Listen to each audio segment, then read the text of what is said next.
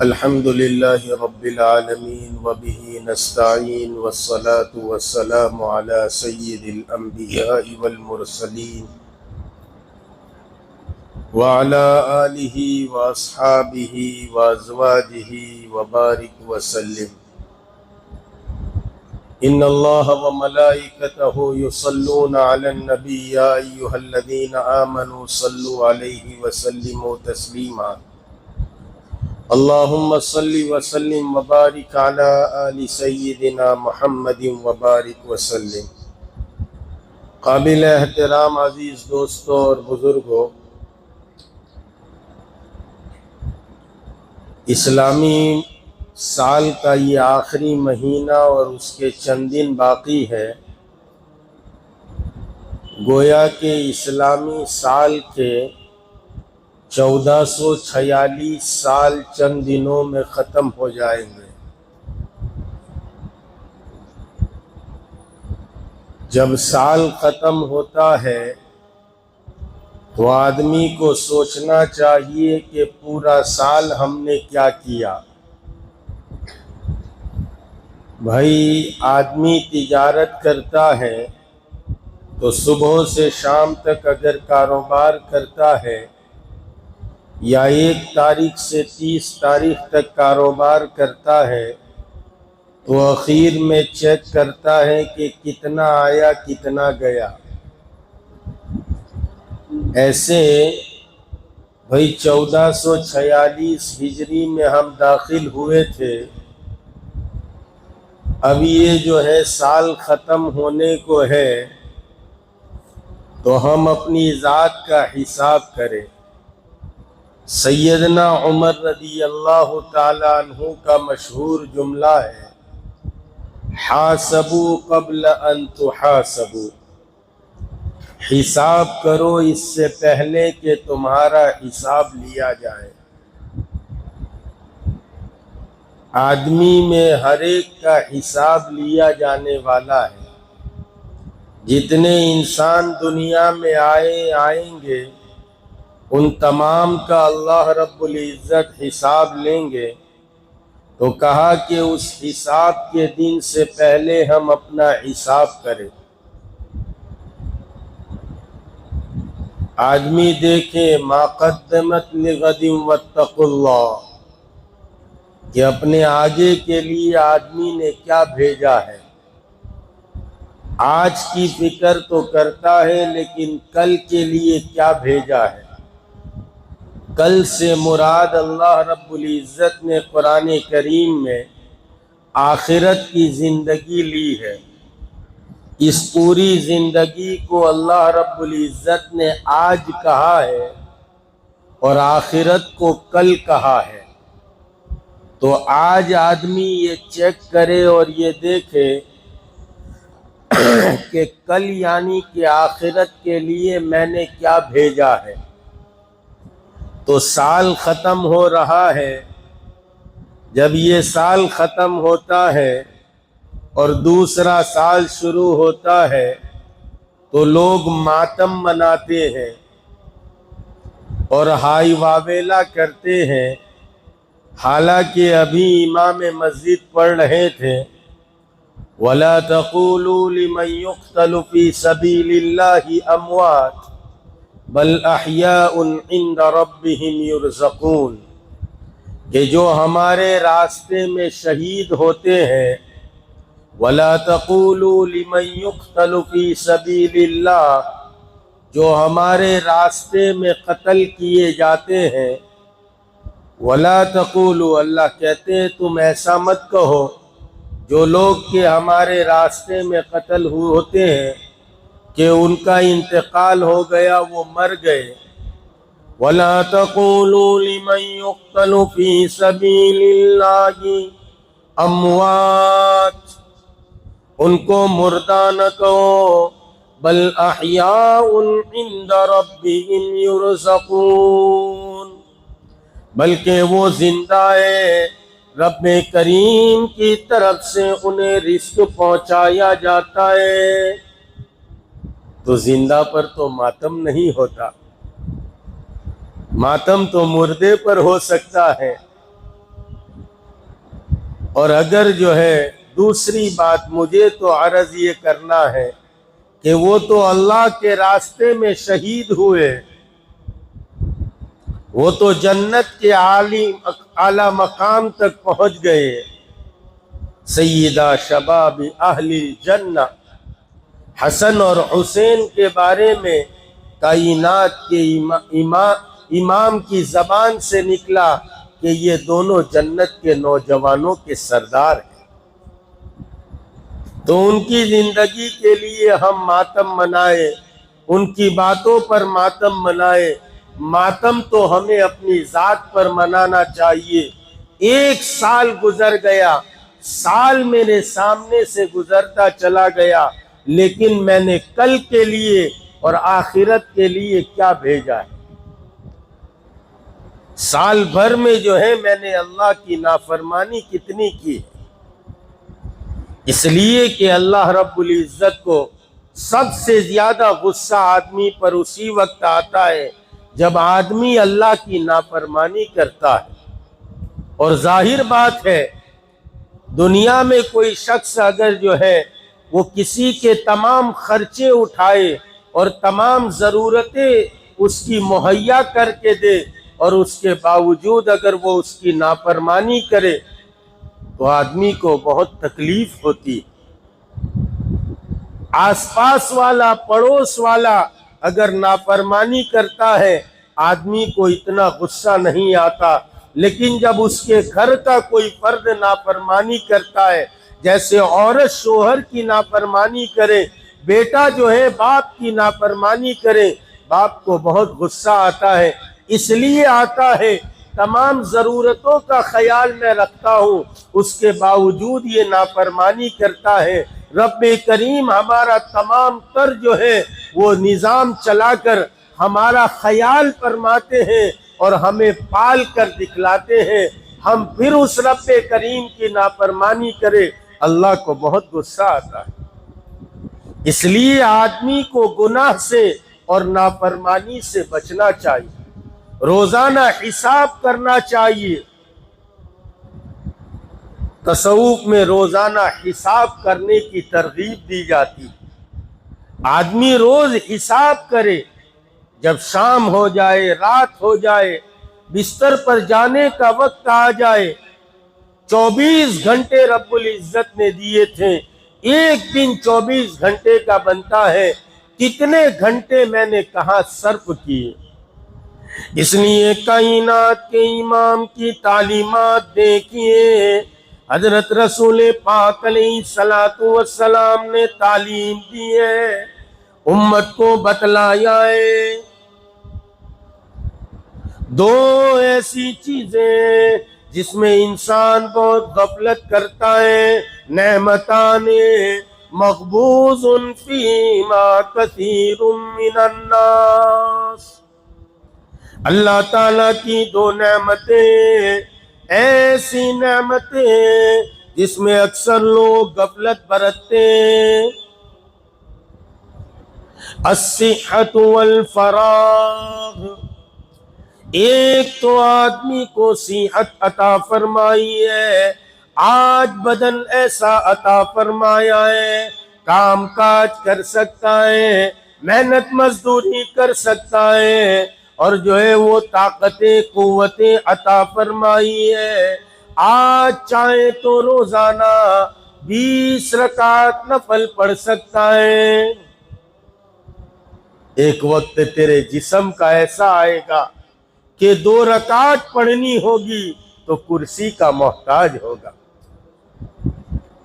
اللہ نے صحت دی ہے، یہ بہت بڑی نعمت ہے۔ اگر اس کو نعمت نہیں سمجھتے تو لوگوں ایک دفعہ کسی اسپتال کا چکر لگاؤ اور وہاں جا کر دیکھو جو آئی سی یو میں پڑے ہوئے، ان کے حالات کو دیکھو۔ کسی گھرانے میں بیمار کا بستر ہو، اس بستر کے پاس جا کر دیکھو۔ تعلیمات ہمیں ایسی دی ہے، اسی لیے ہمیں تعلیم دی ہے کہ مسلمان کے مسلمان پر 5 حقوق ہے۔ ایک بات مجھے عرض کرنی ہے، جب بیمار پڑ جائے، بیمار پرسی کرنے چلا جائے، بیمار پرسی کے لیے جائے تاکہ احساس ہو کل کو ہمارے ساتھ چلتا پھرتا تھا، آج بستر میں۔ اللہ کی نعمت کا آدمی شکریہ ادا کرے کہ آج اس کو بستر پر لگایا ہے، آج میں صحیح سالم ہوں، آج جو کرنا چاہتا ہوں کر سکتا ہوں، لیکن آج نہیں کیا، یہ صحت کی نعمت ختم ہوئی، پھر آدمی پچھتاتا ہے۔ دوسری نعمت فراغت کی نعمت ہے، یعنی کہ وقت کی نعمت ہے۔ 24 گھنٹے اللہ نے دن بھر میں دیے، 24 گھنٹے میں اس فارغ وقت میں آدمی نے کتنا اپنی ذات کے لیے کیا اور کتنا اللہ کے لیے کیا۔ آدمی حساب کرے، اپنا محاسبہ کرے، اپنا حساب تو آدمی خود لے ہی سکتا ہے۔ اس لیے رات میں آدمی سونے سے پہلے اپنا محاسبہ کرے، اگر کوئی کمی ہے آئندہ اس کمی کو دور کرنے کی کوشش کرے۔ دیکھو، بغیر کوشش کے ہم کچھ کر نہیں سکتے۔ ہم سوچیں نہ لگے مہندی، نہ لگے پھٹکری اور رنگ آئے چوکھا، ایسا نہیں ہو سکتا۔ آدمی کو محنت کرنی پڑتی۔ والذین جاہدوا فینا لنہدینہم سبلنا۔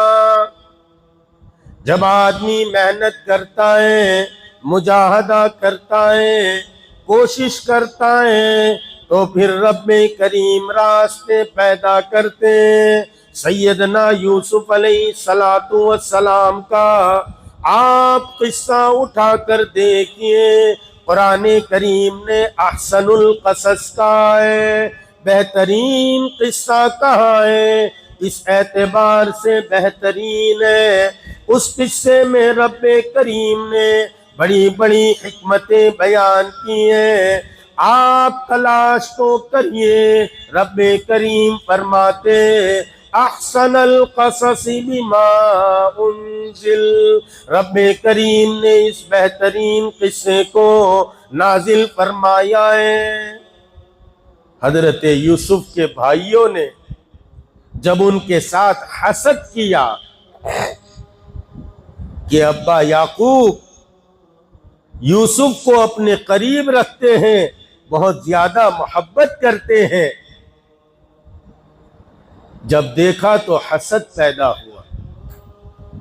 یہ بیماریاں ہے، یہ دل کی بڑی خطرناک بیماری ہے۔ حضرت نوح علیہ السلام نے ایک مرتبہ شیطان ان کے سامنے اپنے جثے میں آیا، اپنی شکل و صورت میں آیا۔ حضرت نوح علیہ السلام نے پوچھا کہ بھائی تو بندوں کو سب سے زیادہ کن باتوں کی طرف رغبت دلانا چاہتا ہے؟ کہا 5 باتیں ہیں، 3 بتلاؤں گا، 2 نہیں بتلاؤں گا۔ حضرت نوح علیہ السلام نبی تھے، کہا ویسے تو میں کسی کو بتلاتا نہیں، لیکن آپ چونکہ اللہ کے پیغمبر ہیں آپ کو بتلاؤں گا، لیکن 3 بتلاؤں گا، 2 نہیں بتلاؤں گا۔ رب کریم نے حضرت نوح علیہ السلام کی کو الہام فرمایا، او نوح تو اس سے پوچھ لے، 3 مت بتلا، وہ 2 بتلا دے۔ جو بتلانا نہیں چاہتا وہ بتلا دے، 3 مت بتلا۔ نوح علیہ السلام نے کہا 2 بتلا دو، 3 مت بتلاؤ۔ اس نے کہا کہ بندوں کو سب سے زیادہ میں ملوث کرنا چاہتا ہوں، ایک حرص میں اور دوسرا حسد میں۔ حرص، طمع، لالچ۔ پھر اس نے کہا کہ آدم علیہ السلام کو جو میں نے جنت سے نکلوایا، حرص پیدا کی تھی۔ کیا حرص پیدا کی تھی؟ یہی کہ یہ گندم کا دانہ کھا لو، پھر ہمیشہ ہمیشہ جنت میں رہو گے، یہاں سے نکلو گے نہیں۔ حالانکہ رب کریم نے فرمایا تھا وَلَا تَقْرَبَا هَٰذِهِ الشَّجَرَةَ فَتَكُونَا، رب کریم نے فرمایا تھا اس درخت کے قریب نہ جانا، لیکن شیطان نے حرص پیدا کی، ایسی طمع اور لالچ پیدا کی کہ حضرت آدم علیہ السلام اس حرص میں آگے کو بڑھ گئے اور اس جو ہے گندم کے دانوں کو کھا لیا، یہی سوچ کے کھایا تھا کہ اب ہمیشہ ہمیں جنت میں رہنا ہے۔ دوسرا کہا کہ حسد پیدا کرتا ہوں، حسد دل میں پیدا کرتا ہوں۔ فرمایا اسی نے کہا کہ حضرت آدم کے بیٹے قابیل کے دل میں حابیل کے لیے حسد پیدا کیا۔ حابیل اور قابیل یہ دو بیٹے تھے آپ کے۔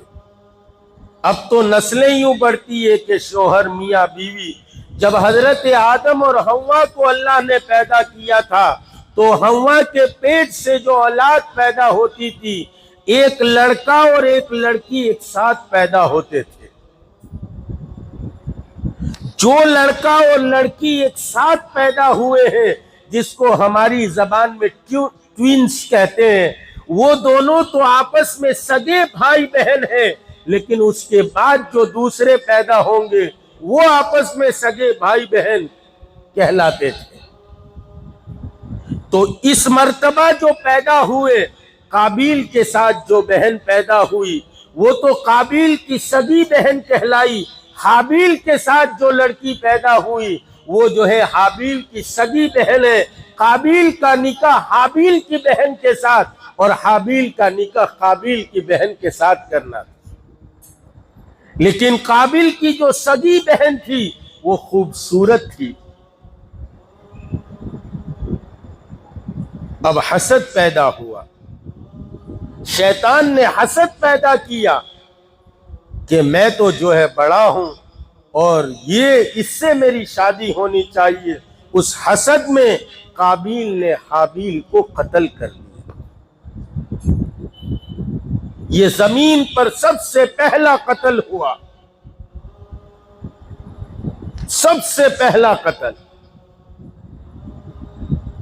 اور وہ حسد کی بنیاد پر ہوا۔ اس لیے اپنی زندگیوں میں اپنے دلوں سے حسد کس کو کہتے ہیں؟ کسی کی نعمت کو دیکھ کر یہ تصور کرنا کہ یہ نعمت اس کے پاس کیوں ہے، اس کے پاس یہ نعمت نہ ہونی چاہیے۔ کسی کی بنگلہ دیکھا، کسی کی گاڑی دیکھی، کسی کی دکان دیکھی، کسی کا مکان دیکھا، کسی کی جاہ و جلالی دیکھی، کسی کی عزت و عظمت دیکھی تو یوں سوچنے لگے کہ یہ عزت اسے کیوں مل رہی ہے، یہ مجھے ملے نہ ملے اسے یہ عزت نہیں ملنی چاہیے۔ ہمارے مولانا احمد محمد پرتاپ گڑھی فرمایا کرتے تھے، حسد کی آگ میں کیوں جل رہے ہو، کفے افسوس کیوں مل رہے ہو، خدا کی تقسیم سے کیوں ہو ناراض، جہنم کی طرف کیوں بڑھ رہے ہو۔ تو اللہ کی تقسیم ہے۔ خیر مجھے تو عرض یہ کرنا ہے، حضرت یوسف کے بھائیوں نے حسد کیا، سوچنے لگے ابا جان سے دور کر دے۔ پلان بنایا کہ یوسف کو لے جائے۔ خیر مجھے قصہ بیان نہیں کرنا، حضرت یوسف کے بھائیوں نے حسد کیا، آپ کو ایک اندھے کنویں میں ڈال دیا۔ وہ سمجھتے تھے اب جو ہے کوئی قافلہ لے جائے گا یا جو ہے اندر ہی مر جائے گا۔ وہ جانے لگے، چلے گئے، تھوڑی دیر کے بعد قافلہ آیا، انہوں نے جب رسی کے ساتھ ڈول کو ڈالا، یوسف کو باہر نکالا، دیکھ کر خوش ہو گئے۔ قال یا بشرا ھذا غلام وَأَسَرُّوا بِضَاعَةً، کہا کہ قیمتی خزانہ ہاتھ لگ گیا۔ مصر کے بازار میں پہنچے، عزیز مصر، مصر کے جو ہے وہ سردار اور مصر کے بادشاہ جو ہے وہ بازار میں تشریف لائے، آپ کو خرید کر گھر لے گئے۔ مجھے بتلانا یہ ہے، عزیز مصر کے گھر میں آپ بڑے ہوئے ہیں، اور اسی گھرانے کی عورت جو ہے زلیخا آپ پر ڈورے ڈالتی ہے جب آپ بھرپور جوانی میں پہنچ چکے ہیں، آپ جوان ہو گئے۔ جوانی کی جو ہے وہ آدمی کی ایک الگ کیفیت ہوتی، آدمی جوان ہے۔ حضرت یوسف جوان ہے اور گھر کی ملکہ ہے، اور اس نے پہلے ہی سارے دروازوں کو تالے لگائے ہیں۔ نوجوان کہتے ہیں نا، ہم سے گناہ سے بچا نہیں جاتا۔ دو کام کرے آدمی۔ حضرت یوسف علیہ السلام اندر کمرے میں سارے کے سارے دروازے بند ہیں، جانے کا کوئی راستہ نہیں ہے، اور عزیز مصر کی بیوی کہتی ہیں وقالت حیت لک، میری طرف آ جا، اپنی طرف مائل کر رہی ہے، زنا کی دعوت دے رہی ہے۔ وَلَقَدْ هَمَّتْ بِهَا وَهَمَّ بِهِ، رب کریم فرماتے زلیخا کے دل میں تو یہ ارادہ تھا، اس گناہ کا ارادہ تھا۔ وَهَمَّ بِهِ، یوسف کے دل میں بھی ارادہ آ گیا تھا۔ گویا کہ گناہ کا ارادہ ہو سکتا ہے، ایسا نہیں ہے کہ گناہ کا ارادہ ہی نہ ہو، ایسا نہیں ہے، گناہ کا ارادہ تو ہوتا ہے۔ حضرت عثمان ابن مظعون رضی، خیر چلو طویل ہو جائے گا مضمون، حضرت یوسف علیہ السلام کے دل میں جو ہے وہ خیال آ گیا تھا، وَهَمَّ بِهِ، آپ کے بھی دل میں خیال آنے لگا تھا۔ لولا ارہا برہان ربی، اگر وہ اپنے رب کی جو ہے وہ کھلی دلیل دیکھ نہ لیتے، لیکن ارادہ ہی آیا تھا، فوراً اس ارادے سے توبہ کرتے، ایک کام یہ کرتے، رب کریم کی طرف رجوع کرتے، اور دلی دل میں کہتے او میرے پروردگار، او میرے رب، میں یہ سنگین جرم کرنا نہیں چاہتا، یہ گناہ کرنا نہیں چاہتا۔ زنا ایسا گناہ ہے، آدمی جب زنا کرتا ہے تو اس کے دل سے ایمان نکال لیا جاتا ہے۔ خدا نہ خواستہ اگر اسی حال میں اس کی موت آ گئی تو بغیر ایمان کے دنیا سے جاتا ہے۔ موبائل سے پہلے اخبار کا زمانہ جب تھا، سن مجھے یاد نہیں ہے، لیکن پھر بھی وہی 2007-8 کا اخبار میں خبر چھپی تھی اسی صورت کی، ایک بوڑھے آدمی کا فوٹو تھا اور لکھا تھا کہ جس کے ابا ہو یا جس کا بھائی ہو وہ یہاں سے لے جائے، رات میں آئے تھے میرے پاس منہ کالا کرنے کو، یہیں مر گئے۔ زمانہ ہو گیا اخبار کی کٹنگ، اسی صورت کا قصہ۔ آدمی جب زنا کرتا ہے اس کے دل سے ایمان نکال لیا جاتا ہے، بہت برا فعل ہے۔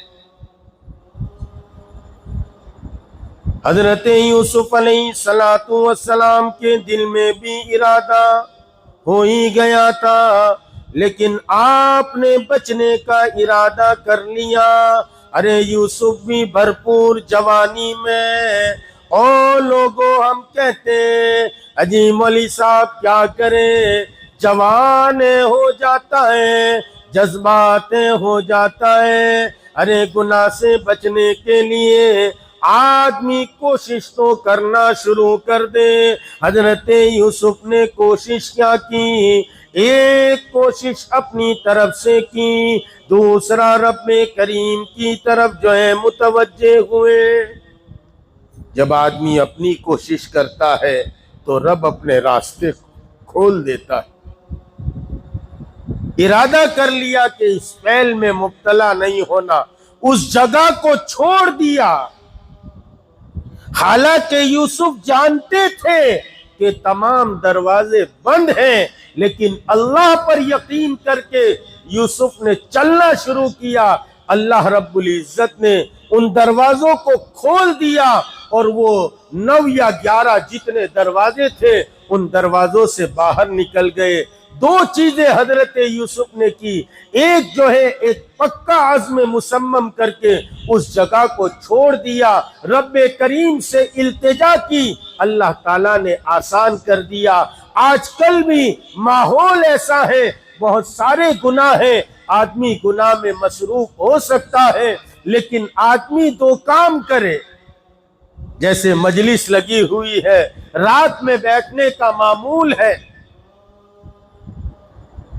اب بیٹھے ہیں 10-12 لوگ 15 لوگ، اگر وہاں جو ہے کسی کی برائی چل رہی ہے، کسی کی غیبت چل رہی ہے، ایک تو یہ کہ آپ جائیں اگر تو اس بات کو بدل دیں،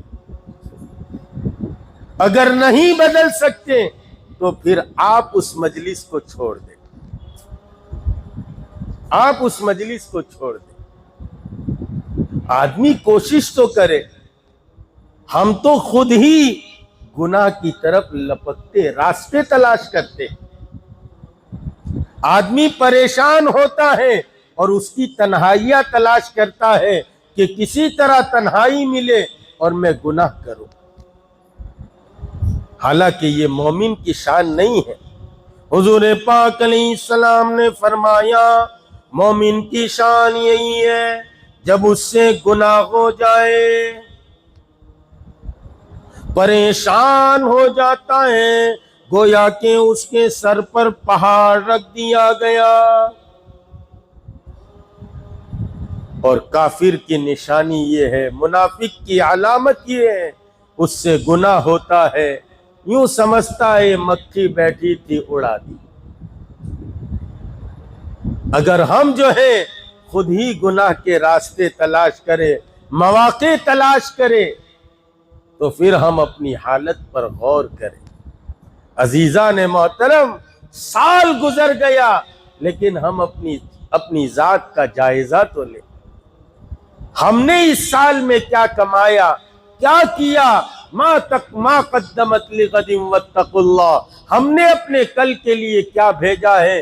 ہم کتنے نواہی سے بچے ہیں، کتنے اللہ کے احکامات پر عمل کیا ہے؟ ہم اپنی ذات کے بارے میں سوچیں۔ اور جب آدمی پکا عزم کرتا ہے اور پکا ارادہ کرتا ہے، ضرور اللہ تعالیٰ اس کو گناہ سے بچا لیتے۔ آدمی پکا ارادہ تو کرے تو آدمی گناہ سے بچ جاتا ہے۔ آدمی بچنا چاہتا ہے، دنیا میں جب کوئی حالات آتے ہیں آدمی بچنے کی ترکیبیں سوچتا ہے تو آدمی بچ جاتا ہے۔ ایسے ہی گناہ کا خیال تو دل میں آتا ہے، اس لیے کہ ہم فرشتے نہیں ہیں کہ ہمارے دل میں خیال نہ آئے۔ خیال تو آتے ہیں، اور خیال کا آنا یہ کوئی بہت بری بات نہیں ہے، لیکن اس کام کو کر گزرنا یہ بری بات ہے۔ اسی لیے صبر کی جہاں تفصیل بیان فرمائی، شروع کی جو آیت امام مسجد نے پڑھی، یا ایھا الذین آمنوا استعینوا بالصبر والصلاۃ، اے ایمان والو، آپ کو صبر کی تلقین کی جاتی ہے۔ کوئی حال آ جائے، کوئی مصیبت آ جائے، صبر کیجئے۔ کون سی مصیبت ہے؟ صبر کی 3 باتیں۔ ایک تو صبر علی المعصیہ، معصیت پر صبر کرنا، گناہ پر صبر کرنا۔ گناہ ایک لذت کی چیز ہے، ارے ہے نہیں ہے؟ گناہ لذت کی چیز ہے۔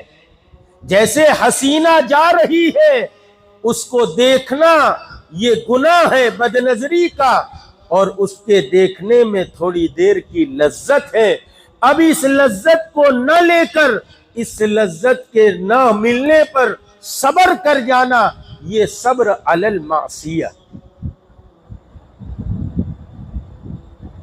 اگر دیکھے گا تو لذت حاصل ہو جائے گی، اور نہیں دیکھے گا تو لذت نہیں ملے گی۔ اب یہ لذت کے نہ ملنے پر صبر کرنا، یہ صبر علی المعصیہ۔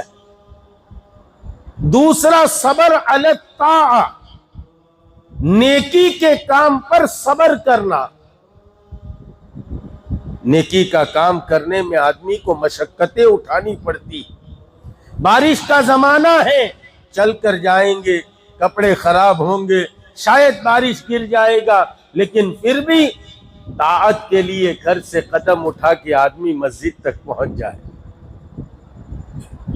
ٹھنڈی کا زمانہ ہے، فجر کے وقت وضو کرنا، ٹھنڈا پانی ہے، گرم پانی موجود نہیں، لیکن اطاعت پر آدمی صبر کر کے وضو کر لے، یہ صبر علی الطاعہ۔ اور تیسرا ہے صبر علی المصیبہ، مصیبت پر آدمی صبر کرے۔ تو آدمی کرنا چاہے، ہم کرنا نہیں چاہتے، یہ اس لیے گناہ سے بچنا، نیکیوں کا کرنا، یہ ہم سب کا کام ہے۔ ہم یہ سال ختم ہو رہا ہے، ذی الحجہ ختم ہونے کو ہے، ہم اپنا محاسبہ کریں کہ ہم دنیا میں اس زمین پر یہ 1 سال ہم گزار چکے۔ کسی نے 35 سال، کسی نے 40 سال، کسی نے 60 سال، کسی نے 20 سال، کسی نے 25 سال کی زندگی گزاری۔ اتنی پوری زندگی کا نہ صحیح، کم سے کم اس گزرے ہوئے سال کا ہم حساب لیں۔ ہم نے اس گزرے ہوئے سال میں کتنے اچھے کام کیے اور کتنے برے کام کیے، کتنی اللہ کی فرما برداری کی اور کتنی اللہ کی نافرمانی کی، ہم اس کا حساب کریں۔ اس لیے کہ ایک بات پکی ہے، ہم سب کا کل قیامت کے دن حساب ہونا ہے، ہمارا یقین ہے۔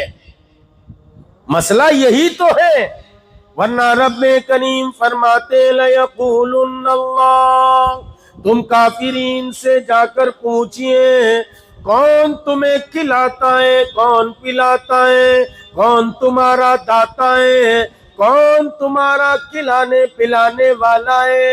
نام الگ دیں گے، لیکن لَيَقُولُنَّ اللَّهُ، وہ بھی کہیں گے وہ مالک ہے، وہ پرماتما ہے۔ اختلاف تو حیات بعد الممات میں، وہ کہتے ہیں مرے تو ختم، جلا دو۔ 7 جنموں کا عقیدہ رکھتے ہیں ہم کہتے ہیں نہیں، منہا خلقناکم وفیہا نعیدکم ومنہا نخرجکم تارۃ اخری، اسی مٹی سے پیدا کیا ہے، اسی مٹی میں لوٹائیں گے، اور اسی مٹی سے دوبارہ کھڑا کریں گے، حساب لیں گے۔ اسی لیے وہ کہتے ہیں اِذَا كُنَّا عِظَامًا نَخِرًا، جب ہم بوسیدہ ہڈی ہو جائیں گے تو پھر یہ سارا مسئلہ ختم ہو جائے گا۔ قَالُوا تِلْكَ إِذًا کَرَّةٌ خَاسِرَةٌ، قرآن بیان کرتا ہے، وہ کہتے ہیں اِذَا كُنَّا عِظَامًا نَخِرًا، جب ہم بوسیدہ ہڈی ہو جائیں گے دوبارہ بھی اٹھایا جائے گا، وہ کہتے ہیں قالو کہتے ہیں تب تو یہ بڑے خسارے کی بات ہوگی، اور ہمارا یقین ہے ہمیں جانا ہے، رب کریم کے سامنے پیش ہونا ہے، اس لیے حاسبوا قبل ان تحاسبوا، ہم اپنا حساب کریں اس سے پہلے کہ ہمارا حساب ہو۔ ایک بات گناہوں سے اپنے آپ کو بچائے، نیکیوں پر اور طاعت پر اپنے آپ کو ڈالے۔ اس کے لیے سب سے مؤثر بات یہ ہے آدمی جو ہے نیکوں کے ساتھ رہے، نیک لوگوں کے ساتھ رہے۔ اللہ نے نیکوں کے ساتھ رہنے کی ترغیب دی ہے، اور بد لوگوں کے ساتھ اور گنہگار لوگوں کے ساتھ نہ بیٹھنے کی ترغیب دی۔ ایسے لوگ جو اللہ کو نہیں مانتے، وَلَا تَقْعُدَنَّ، ان لوگوں کے ساتھ آپ ہرگز نہ بیٹھیے جو رب کریم کی شان میں کوئی گستاخی کی بات کہتے ہیں۔ ایسے لوگوں کے ساتھ نہ بیٹھیے، ایسے لوگوں کے ساتھ نہ رہیے۔ اس لیے ایک مؤثر بات تو یہ ہے اللہ والوں کے پاس بیٹھے، جو لوگ اللہ کے طالب ہیں، اللہ والوں کی طرف جو ہے اپنے آپ کو ان کی طرف رجوع کرے، ان کے پاس رہے، ان کے آس پاس رہے۔ دوسرا، اللہ تعالیٰ نے ایک محنت ہمارے زمانے میں چلائی ہے دعوت اور تبلیغ کی، اس میں ہم اپنے آپ کو لگائے، مسجدوں کے ساتھ اپنا تعلق وابستہ کرے، اپنے آپ کو مسجدوں کے ساتھ رکھے، مسجدوں میں اپنے آپ کو رہنے والا اور یہاں جمنے والا اپنے آپ کو بنائے۔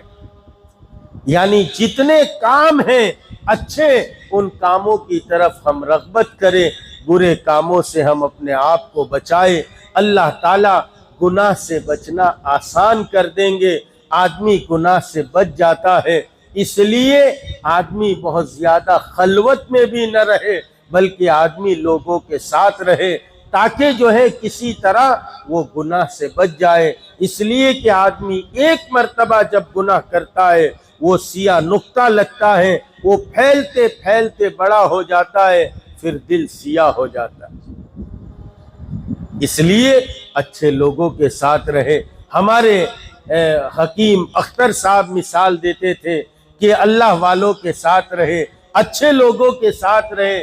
کہا کہ ایک انجن ہوتا ہے، اس انجن کے ساتھ AC ڈبے لگے ہوتے ہیں، وہیں جو ہے بہت سارے ڈبے سیکنڈ کلاس اور تھرڈ کلاس بھی لگے رہتے ہیں، لیکن چونکہ انجن کے ساتھ لگے رہتے ہیں، AC ڈبہ اگر جو ہے وہ بنارس پہنچے گا تو یہ تھرڈ کلاس ڈبے بھی بنارس پہنچ جائیں۔